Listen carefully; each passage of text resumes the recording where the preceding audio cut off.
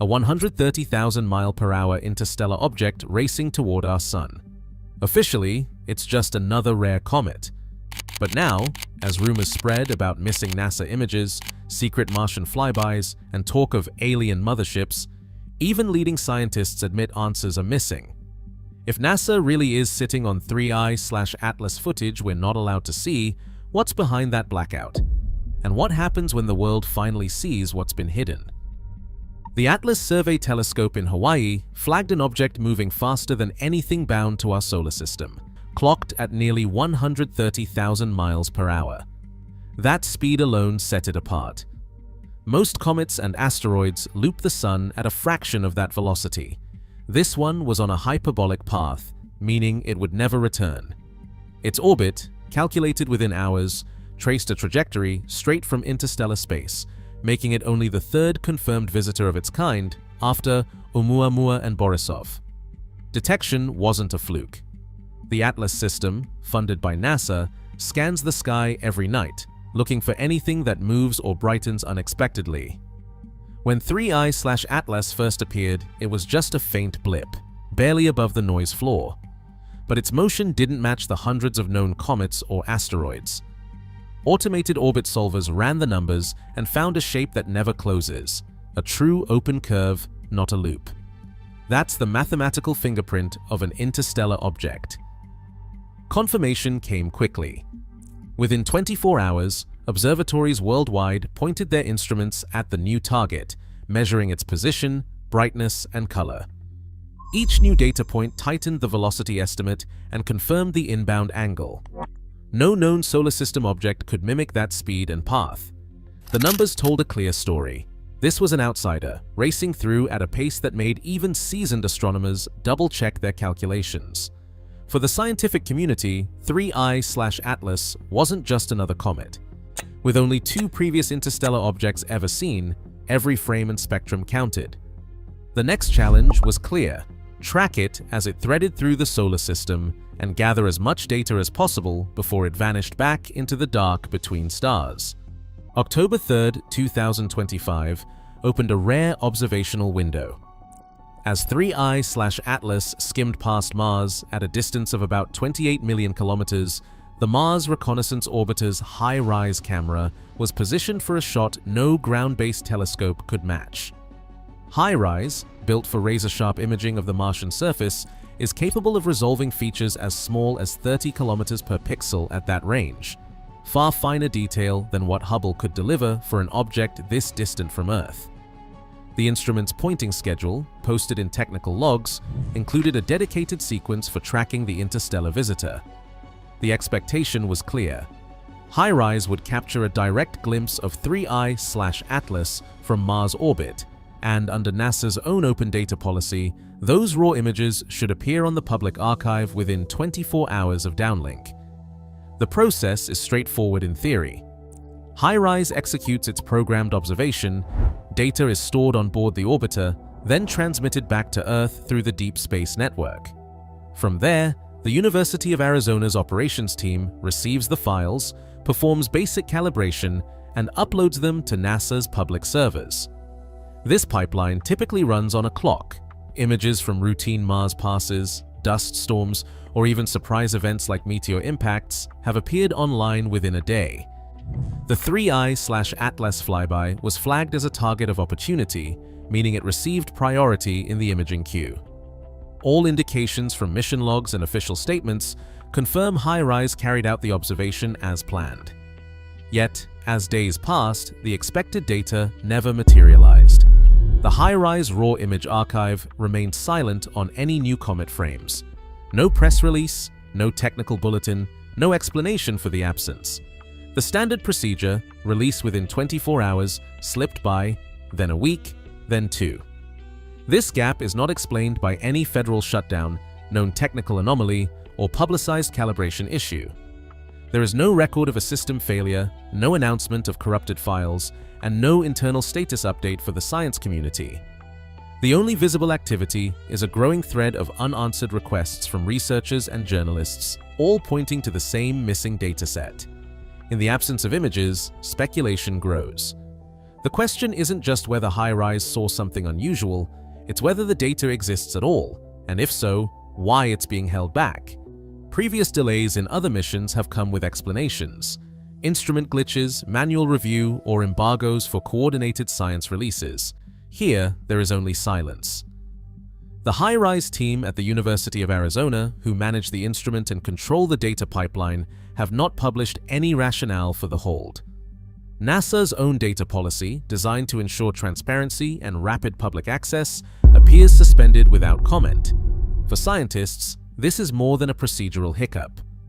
Every day the images remain unseen is a lost opportunity to analyze the structure and activity of an object from outside our solar system. The stakes are concrete. HiRISE is likely the only instrument that could have caught 3I/ATLAS at this resolution during its Mars flyby. If the images exist, they represent a unique scientific resource. If they don't, or if they're being withheld, the breach in protocol leaves a vacuum that rumor and suspicion are quick to fill. The silence from the instrument's operators is now the loudest signal in the data stream. Avi Loeb, known for asking uncomfortable questions in astronomy, decided not to wait for official channels. Days after the Mars flyby, with the HiRISE archive silent, he sent a direct email to Alfred McEwen, the principal investigator for the HiRISE camera at the University of Arizona. Loeb's message was straightforward: confirm the status of the 3I/ATLAS images and explain the delay. Weeks later, he still hadn't received a reply. For a Harvard astrophysicist with a track record of working alongside NASA missions, being ignored was unusual. The silence only sharpened the sense that something was off. If the data showed nothing out of the ordinary, why not just say so? Loeb's public profile means his requests don't go unnoticed. He's no stranger to controversy, especially after suggesting that Oumuamua, the first interstellar object, might have been artificial. Critics accuse him of chasing headlines, but his approach is rooted in scientific transparency. Loeb's push for the Mars images wasn't about fueling conspiracy, it was about keeping the process open. When routine data goes missing, the door opens for wild speculation. In his view, the best antidote is daylight. But Loeb isn't just a watchdog for data access. He's also one of the first to address the physics behind the comet's most talked about feature, the so-called tail flip. When 3I/ATLAS first entered the inner solar system, amateur astronomers noticed a bright spike of material pointing toward the Sun, an anti-tail. As the comet rounded its closest point to the Sun, that structure seemed to swing around, forming a classic tail streaming away. Online, theories exploded. Was this a sign of artificial control, a maneuver, or even braking? Loeb and his collaborator Eric Keto published a detailed model to explain what was happening. Their analysis starts with the basics. As sunlight heats the comet, volatile ices on the surface sublimate rapidly, blasting out tiny grains of ice and dust. The smallest particles, made of ice, vaporize quickly and can form a temporary anti-tail that appears to point sunward from Earth's perspective. Heavier dust lingers longer, and as the geometry between the comet, the Sun, and Earth changes, that dust gets swept away by solar radiation, forming the familiar tail pointing directly away from the Sun. In simple terms, the tail flip isn't a sign of steering or propulsion. It's a natural effect, explained by the physics of dust and sunlight. Perspective plays a big role.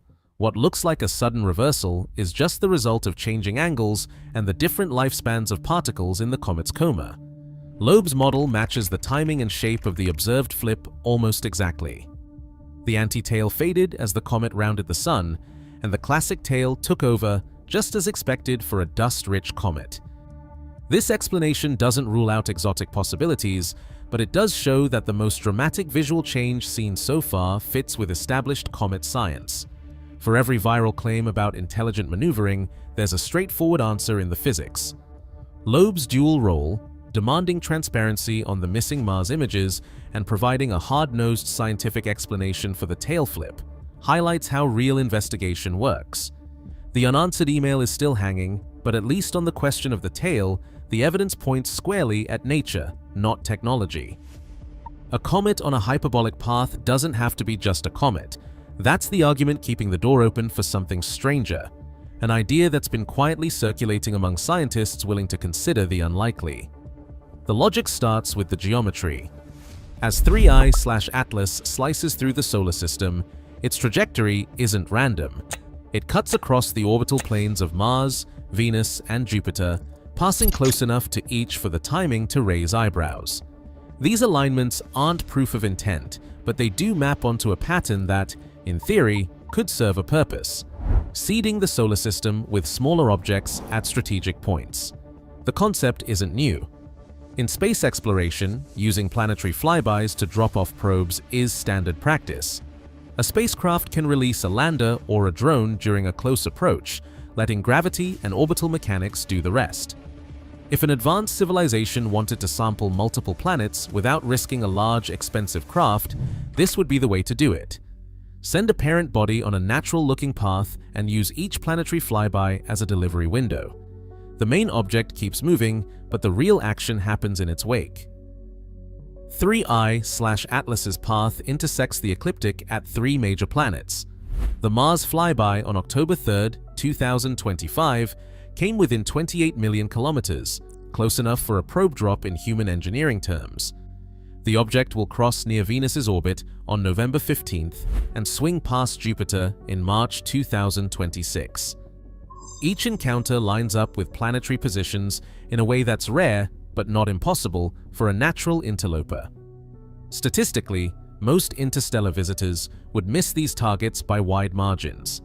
The fact that ATLAS threads the needle so precisely is what gives fuel to the probe seeding hypothesis.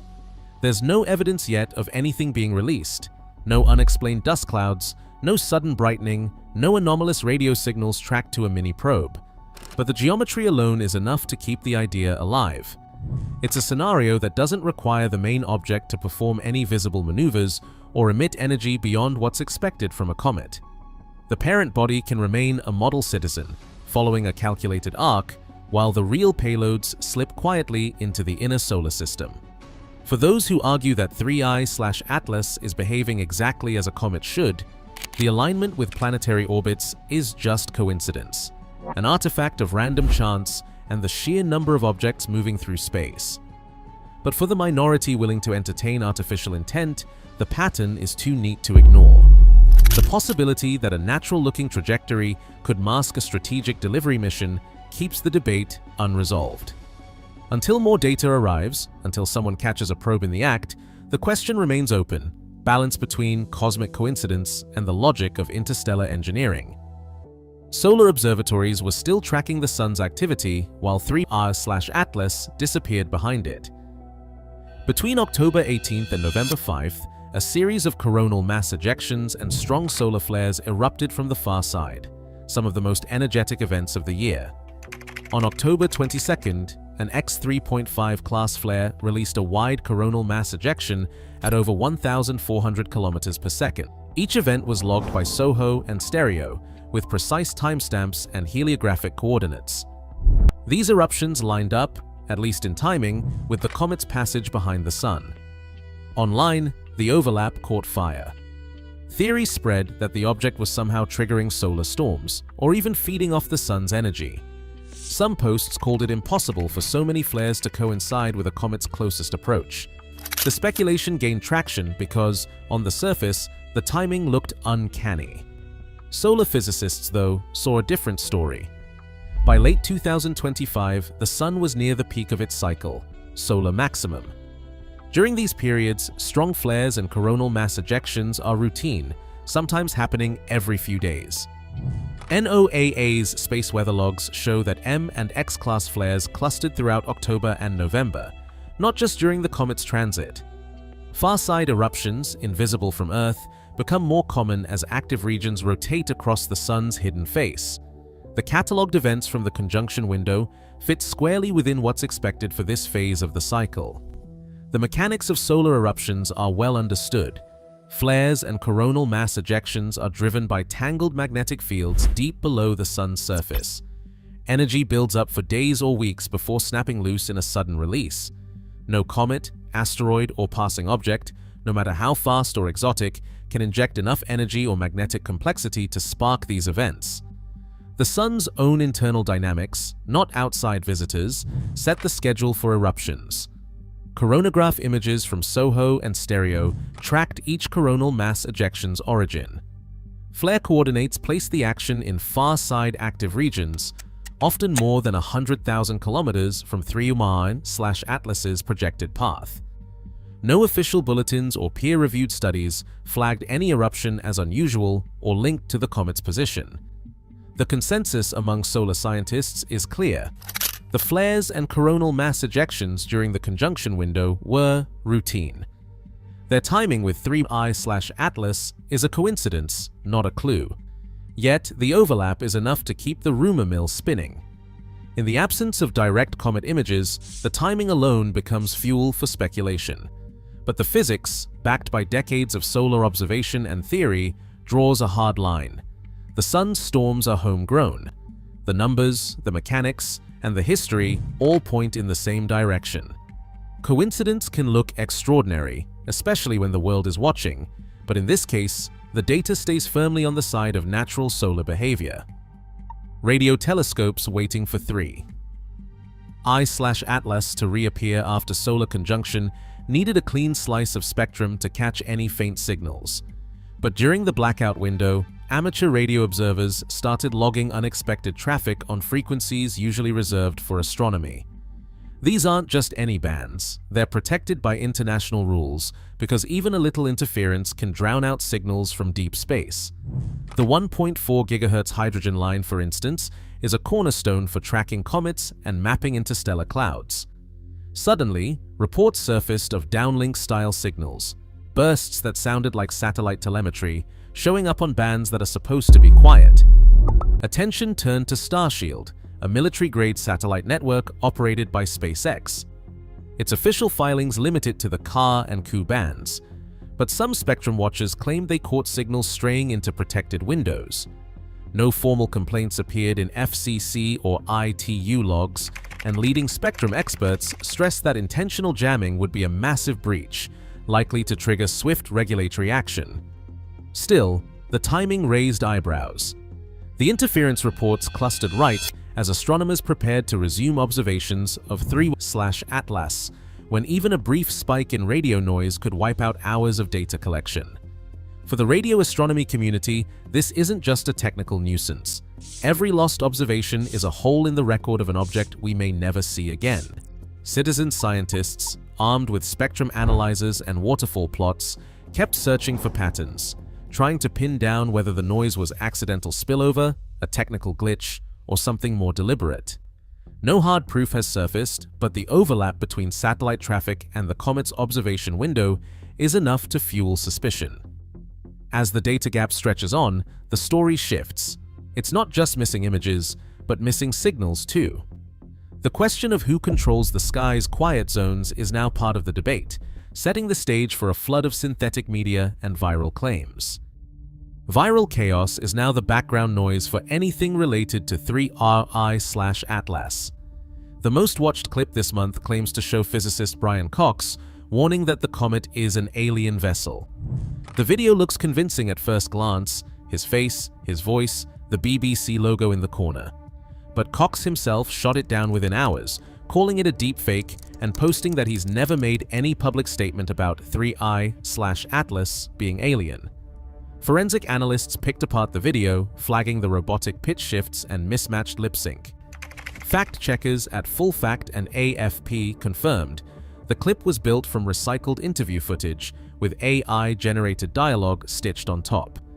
Another fake exploded across social feeds just days later, a supposed Japanese probe close-up of 3I/Atlas, complete with dramatic flybys and cinematic lighting. The video's origin traces back to a YouTube channel, not any official space agency. JAXA, the Japanese space agency, issued a statement. There are no missions imaging this comet, and the footage is not authentic. Digital forensics found the same comet model on ArtStation, repainted and run through AI upscaling. There's no instrument data, no mission logs, just a software watermark from GenDreams 5.1 buried in the metadata. These fabrications don't just fool casual viewers, they get millions of views, boosted by click-farm accounts and conspiracy channels. Fact-checking can't keep up. Even after debunks go live, copies keep spreading, sometimes with new captions or slowed audio to dodge detection. The effect is a fog of viral proof that drowns out real updates. The lesson is simple but urgent. If a clip looks too wild to be true, check the source. For 3IATLAS, the loudest signals so far are coming from AI, not the sky. Threat language has started creeping into the public conversation around 3IATLAS. Dr. John Brandenburg, a plasma physicist often quoted in the media, has taken the speculation to its logical extreme. He's on record saying, "Approach Earth and there will be war. Depart in peace or depart in pieces." That isn't a fringe internet comment. It's a scientist with a long list of published work openly proposing a military response to an object whose nature is still unconfirmed. The quote has been picked up by talk radio, cable news, and a handful of viral posts, each time stripped of context and repackaged as a call to arms. The shift in tone is hard to ignore. In just a few weeks, the discussion has moved from curiosity and wonder to open talk of planetary defense. Headlines now ask if Earth should prepare to shoot down an interstellar visitor. Social feeds amplify the rhetoric, with memes and short clips repeating Brandenburg's warning, sometimes with images of missile launches or war rooms. The message lands with a thud. Humanity is ready to threaten war against a comet, just in case. This isn't just a reflection of online panic, it's a sign of how quickly fear can override evidence. There's no indication that 3I/Atlas is on a collision course with Earth. The closest it will come is about 1.8 astronomical units, nearly 170 million miles away.